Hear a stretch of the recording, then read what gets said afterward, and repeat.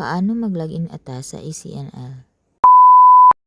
Mag-login, punta po tayo sa Google Chrome. I-paste natin yung link sa ECNL. Go. Tapos ito yan siya.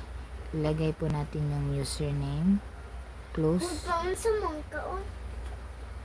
Ilagay po natin yung username mo po. Tapos password of ever ano. And then, i-click ang login. So, ayan. Paano mag-task? I-click itong 3 lines na nasa upper left. Tapos, i-click po itong task.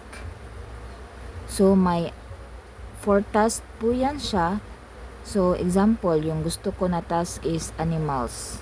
So, i-click ko yung animals. So, kung may ads na lalabas, paki-close lang po. Itong nasa taas, close. So, yan.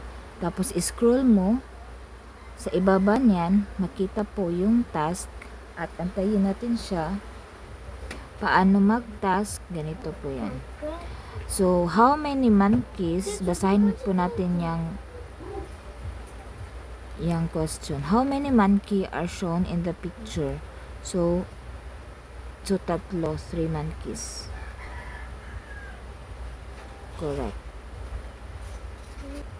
So, how many pig are shown in the picture? So, i-count natin yung pig. 1, 2, 3, 4, 5, 6. 6 pigs.